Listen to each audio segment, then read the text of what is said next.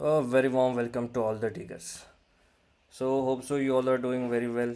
इससे पहले हमने दो लेक्चर्स अपलोड किए हैं, very short lectures for concepts of number systems, जहाँ पे हमने पहले लेक्चर में देखा था नंबर सिस्टम क्या होता है, होल नंबर क्या है, इंटीजर्स क्या है, नेचुरल नंबर्स क्या होते हैं एंड अदर सब टाइप्स जैसे रैशनल नंबर क्या होता है, इरेशनल नंबर क्या होता है। उसके बाद सेकंड वीडियो में हमने देखा था ऑड नंबर क्या होता है, इवन नंबर क्या होता है।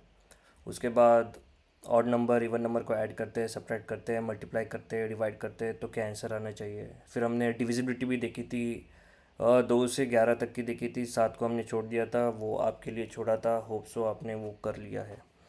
तो without wasting time let's dig into the last slide of number systems, that is chapter 1.3।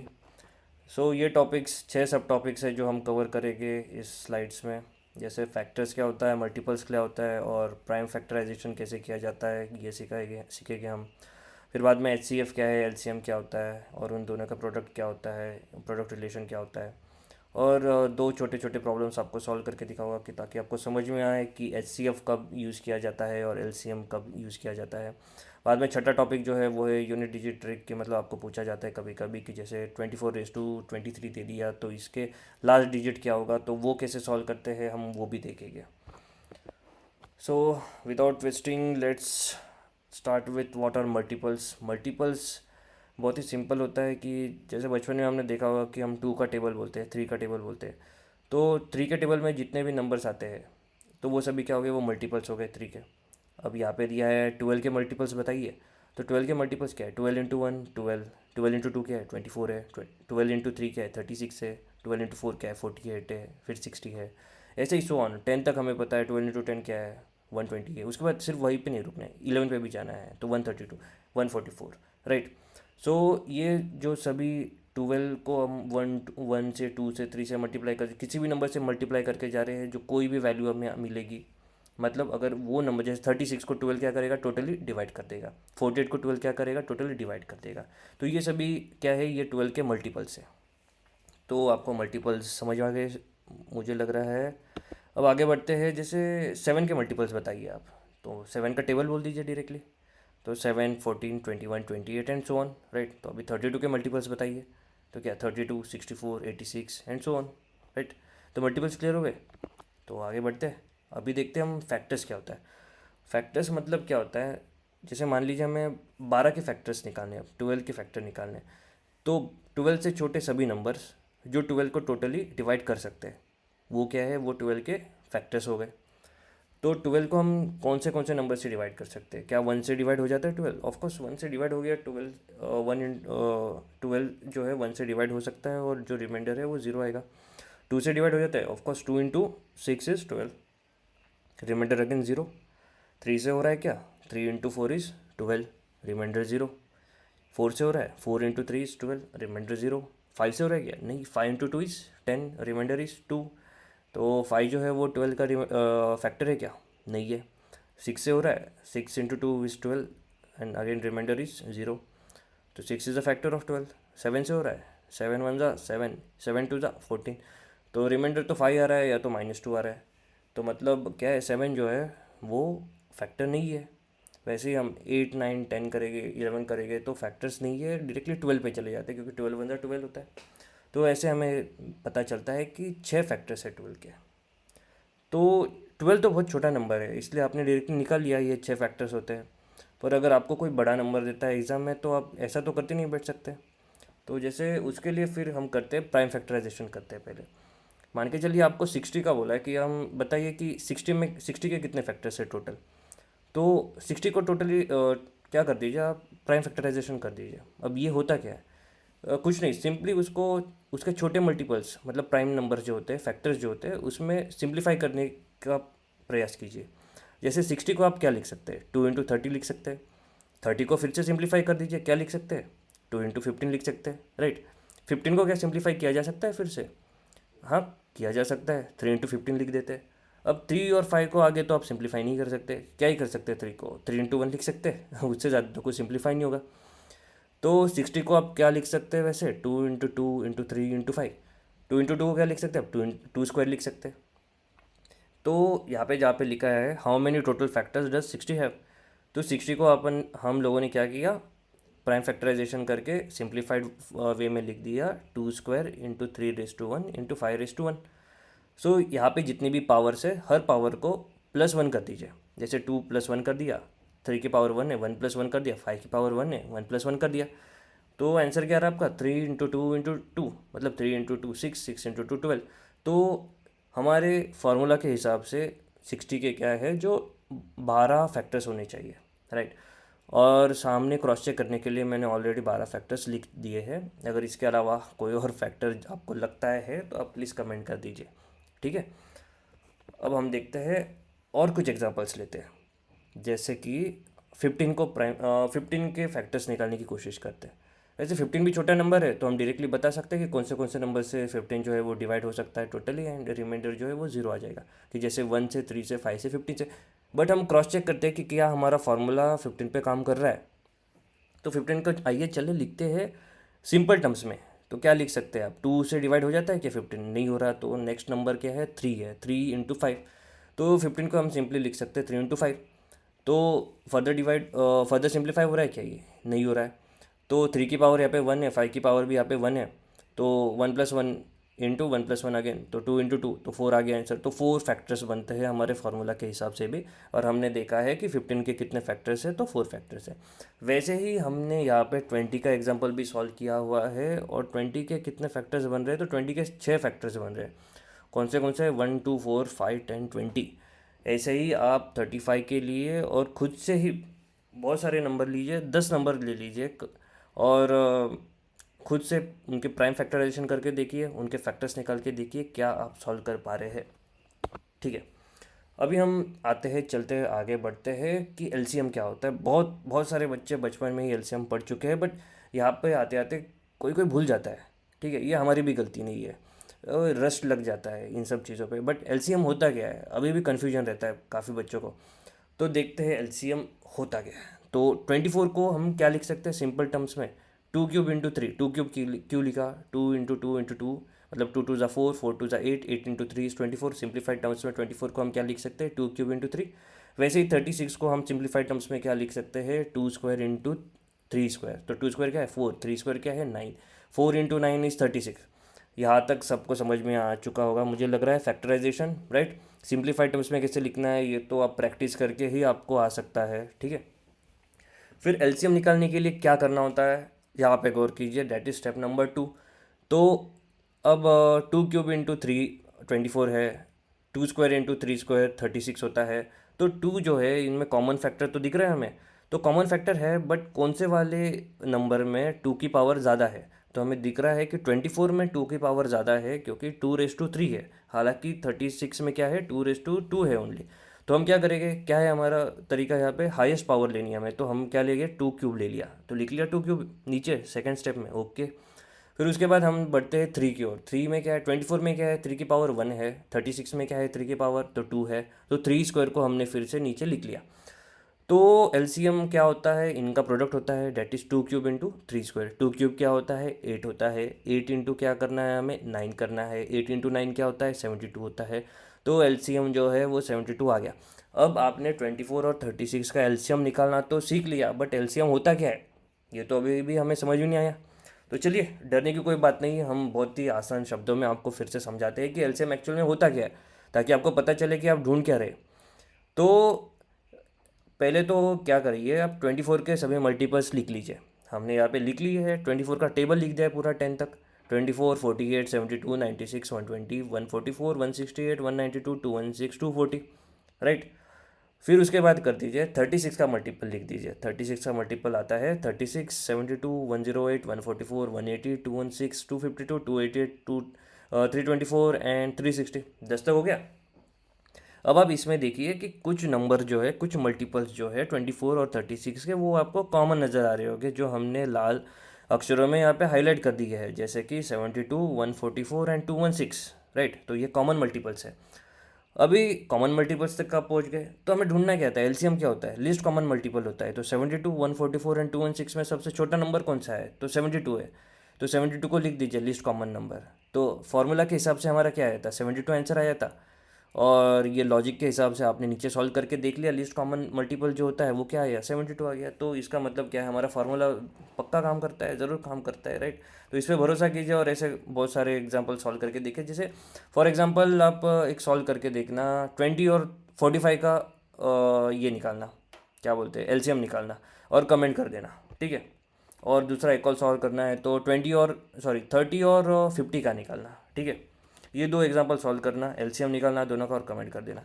फिर उसके बाद आते हैं हम एचसीएफ का फुल फॉर्म क्या होता है, हाईएस्ट कॉमन फैक्टर। तो अभी देखते हैं एचसीएफ कैसे निकालते हैं। तो सबसे पहले फिर से 24 एंड 36 को हमने सिंपल फॉर्म में लिखना तो सीख ही लिया था, डेट इज़ 2³ × 3 मतलब 24 होता है हमारा, एंड 2² × 3² क्या होता है हमारा, 36 होता है, ठीक है। तो इसमें क्या किया जाता है, common factors with lowest power. वहाँ भी हम क्या ले रहे थे, common factor with highest power ले रहे थे, तो यहाँ पे लोवेस्ट पावर लीजिए।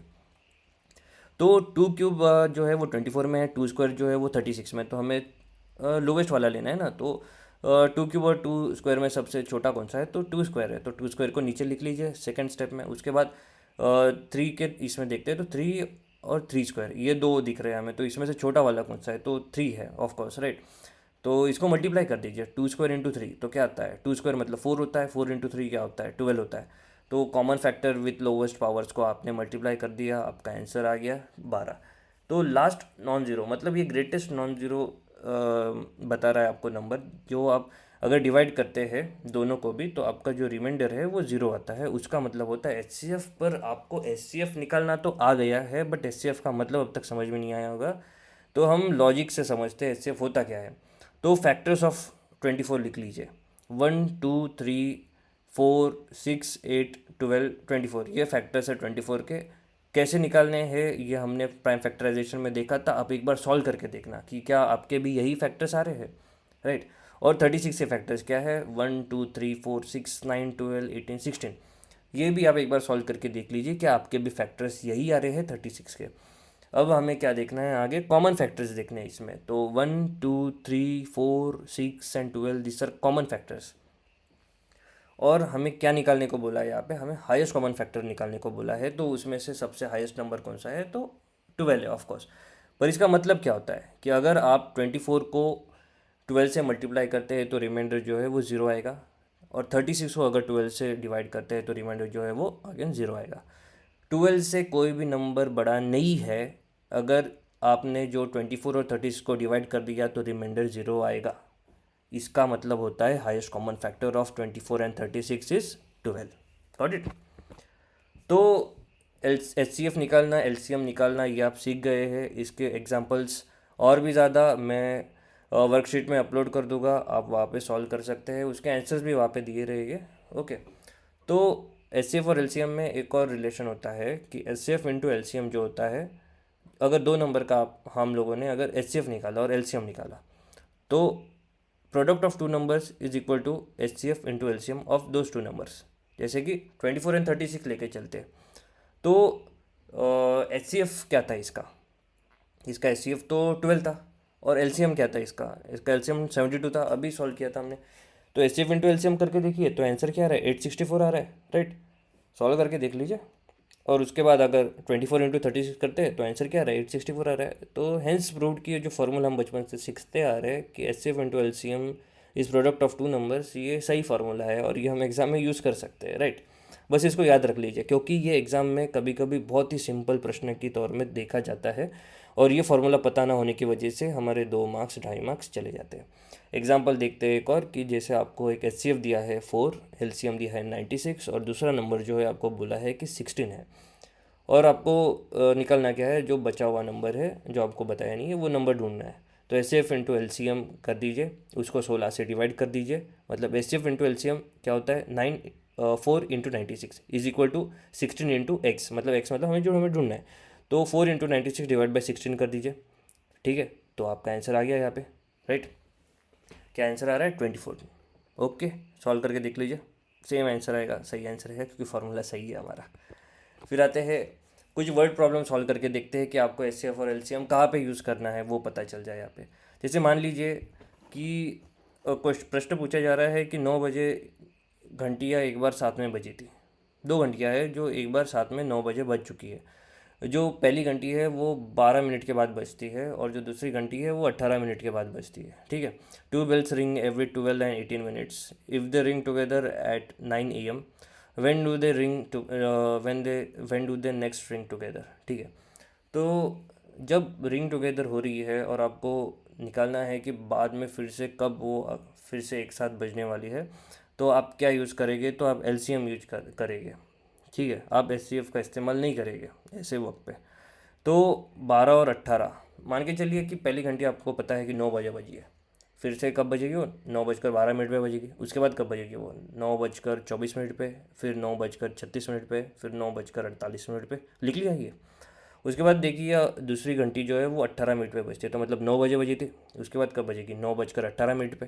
फिर उसके बाद कब बजेगी, 9:36 पे। तो वो आपने देखा था कि पहली घंटी भी 9:36 पे एक बार बजी थी। उसकी तो थर्ड राउंड था वो 9:36 वाला, और ये दूसरी बार बजी है 9:36 पे। पर कॉमन कब बजी है, ये दोनों एक ही टाइम पे एक साथ कब बजी है, तो ये 36 मिनट पे एक साथ बजी है। तो 9 में 36 मिनट ऐड कर दीजिए, तो 9:36 पे आपकी ये घंटी फिर से बजी है। ये बहुत ही कॉमन और बहुत ही साधारण सा प्रश्न पूछा गया था। हमें इसमें से एलसीएम और एचसीएफ में से बहुत ही टफ टफ क्वेश्चन भी पूछे जा सकते हैं। वैसे क्वेश्चंस तो बहुत इजी होते हैं, बट जो वर्ड से होते हैं ना, जो वर्ड्स के साथ खेला जाता है कि आपको लगता है कि क्वेश्चन जो है वो बहुत टफ है, तो हम वो भी सॉल्व करना सीख जाएंगे नेक्स्ट अपने नेक्स्ट जो क्वेश्चन हम सॉल्व करेंगे नेक्स्ट वीडियो में, उसमें हमें सीखेंगे हम ये। उसके बाद देखते हैं एचसीएफ का ट्रैप कहाँ पे आता है, कैसे क्वेश्चन प्रश्न आते हैं इसके। जैसे कि पूछा गया कि find the greatest number that divides 70 and 125 leaving remainders as 5 and 8 respectively. तो अगर मैं बोला कि मुझे बताइए कि हाईएस्ट नंबर जो है वो 60 and 20 को डिवाइड कर रहा हो, तो आप डायरेक्टली बोल देंगे कि इनका क्या करना है, हमें एचसीएफ निकालना है, राइट। अगर कोई पूछता है आपसे कि 120 and 150 का हाईएस्ट नंबर बताइए जो डिवाइड करता है, तो आप क्या करेंगे, एचसीएफ निकालेंगे। बट अगर आप अभी आपको पूछ क्या रहा है ये कि कुछ रिमाइंडर भी दे रहा है ये दोनों नंबर्स, तो आपको क्या करना है, जैसे 70 जो है वो 5 का रिमाइंडर दे रहा है ना, तो 70 में से 5 घटा दीजिए, तो आंसर आ रहा है आपका 65। और 125 जो है वो 8 का रिमाइंडर दे रहा है, तो 125 में से 8 हटा दीजिए, तो आंसर आ रहा है 117। तो 65 and 117 ये दोनों जो है वो डिविजिबल है एक कॉमन नंबर से, एक कॉमन फैक्टर से, राइट। अब 65 और 117 का आप क्या कीजिए, आप कॉमन फैक्टर ले लीजिए।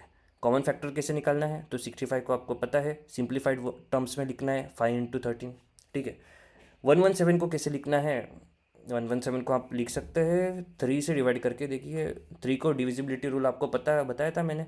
117 को अगर डिविजिबल है या नहीं देखना है तो कैसे देखना है, तो 7 + 1 + 1 कर दीजिए, 9, 9 इज़ डिविजिबल बाई 3, तो मतलब 117 इज़ डिविजिबल बाई 3, ओके हो गया। तो 3 को अगर 117 से हम डिवाइड करते हैं तो आंसर आता है 39। 39 को आप फिर से डिवाइड कर सकते हैं क्या 3 से, तो हाँ 3 × 30, तो ऐसे आप 117 को लिख सकते हैं 3 × 3 × 13, दैट इज़ 3² × 13।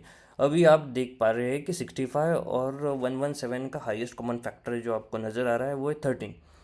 तो इसका मतलब ये है कि 70 and 125 में से रिमाइंडर्स को हटा दीजिए, मतलब 5 and 8 को रिस्पेक्टिवली हटा दीजिए, मतलब 65 and 117 जो है उसका हाईएस्ट कॉमन फैक्टर है 13, और यही आपका आंसर है। ऐसे ही सेम क्वेश्चंस मैं आपको वर्कशीट में अपलोड करके दे रहा हूँ, जो आपको सॉल्व करके देखना है, और उसके आंसर्स भी वहीं पे होंगे। अब लास्ट टॉपिक जो बचा है वो है यूनिट डिजिट साइक्लिसिटी ट्रिक का। अब ये क्वेश्चन क्या होता है मैं वो आपको समझा देता हूँ कि अगर मान लीजिए कि आपको बोला है कि 7:23 दिया हुआ है, तो आपको पूछा जाएगा कि लास्ट डिजिट क्या होता है, right.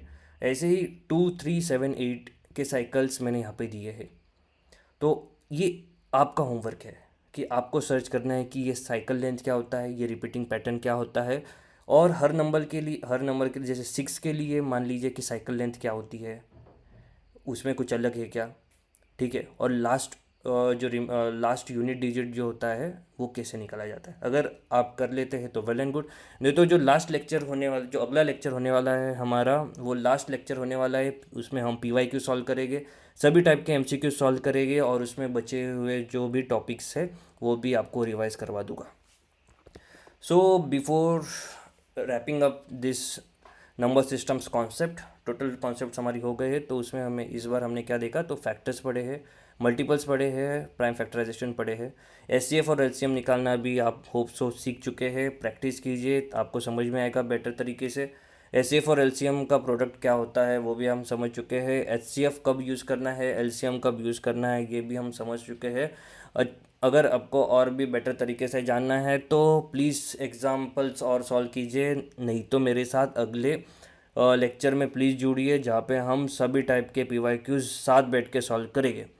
So that's it from my side all the diggers, thank you so much, see you very see you very soon, thank you.